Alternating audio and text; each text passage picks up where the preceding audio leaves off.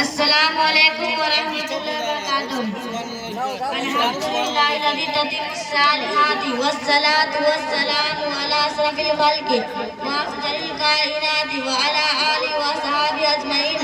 اما بعد قال النبی صلی اللہ علیہ وسلم یا ایھا الناس قولوا لا الہ الا اللہ تفلحون. جناب صدر جلسہ حاضر مدام آپ حضرات کا ممنون ہوں کہ آپ نے اس ناچیز کو اس مجمع میں کچھ باتیں عرض کرنے کا موقع عنایت فرمایا. اب جبکہ میں آپ کے سامنے حاضر ہوں تو چاہتا ہوں کہ آج کل محفل میں کلمہ طیبہ لا الہ الا اللہ محمد رسول اللہ کے متعلق کچھ باتیں عرض کروں. امید کہ میری بات غور سے سنیں گے اور اگر اس ادنا خادم سے کوئی کوتاہی ہو جائے تو نظر انداز فرما کر ممنون فرمائیں گے. حضرات خطبہ کے دوران ایک حدیث سنائی تھی جس میں اللہ کے رسول صلی اللہ علیہ وسلم نے ارشاد فرمایا اے لوگوں تم یہ کہو کہ خدا کے سوا کوئی معبود نہیں تم کامیاب ہو جاؤ گے. دراصل بات یہ ہے کہ اس دنیا میں جتنے بھی انبیاء تشریف لائے وہ سب اپنی اپنی قوموں کو خدا کی وحدانیت کی دعوت دی اور بتایا کہ خدا ایک ہے اس کے سوا کوئی عبادت کے لائق نہیں. جس کا مطلب یہ ہے کہ اس کائنات عالم میں اگر کسی کی بھی عبادت و بندگی کی جا سکتی ہے تو خدا وحدہ لا شریک کی ذات ہے. اس کی ذات و صفات میں کسی کو شرک کرنا کفر اور شرک ہے. اس خدا واحد کے علاوہ دوسرے فرضی معبود سے اپنی حاجت براری اور مشکل کشائی رکھنا توقع رکھنا جرم اور جاتی ہے. اس خدا وحدہ کے در اور دروازے کو چھوڑ کر دوسرے کو در کو کھٹکھٹانا جرم اور جاتی ہے. کیونکہ دنیا میں جتنی بھی چیزیں ہیں جن سے ہم اور آپ فائدہ اٹھاتے ہیں وہ سب چیزیں خدا کی پیدا کی ہوئی ہیں. وہ ساری چیزیں خدا کی عطا کردہ.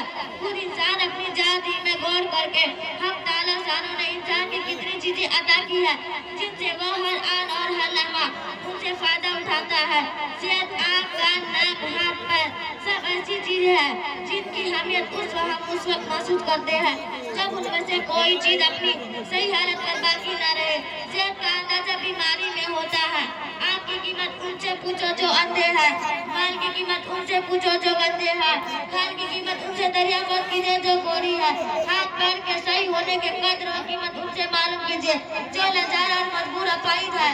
آج جبکہ خدا نے اتنی قیمتی چیزیں عطا کی ہے جن سے ہم اور آپ فائدہ اٹھاتے ہیں تو بھلا بتائیں اس خدا کو چھوڑ کر دوسرے فرضی معبود سے اپنی مدد کر کیوں عبادت کر سکتے ہیں اور خدا کی یکتائی اور اس کی وحدانیت سے کیوں موڑ سکتے ہیں.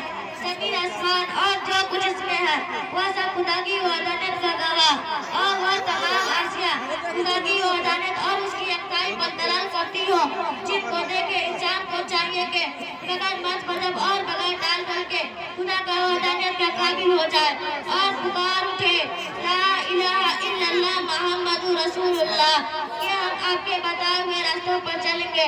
آپ نے جن چیزوں کے کامیاب کرنے کا ہمیں حکم دیا ہم ان کو کریں گے. آپ نے جن چیزوں سے بچنے کی تاکید کی ہے ان سے ہم بچیں گے.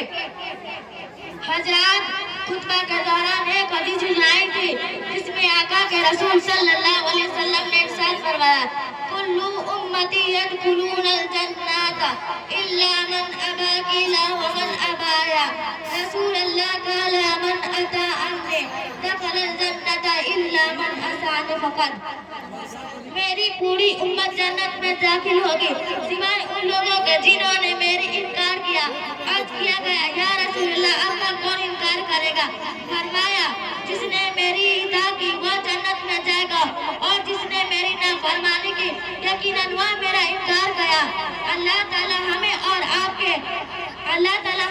آپ کے رسالت کے اقرار کے ساتھ ساتھ اس پر دوام عطا کرے اور کلمہ طیبہ کے دونوں جزا لا الہ الا اللہ محمد رسول اللہ کا متعلق عرض کرے.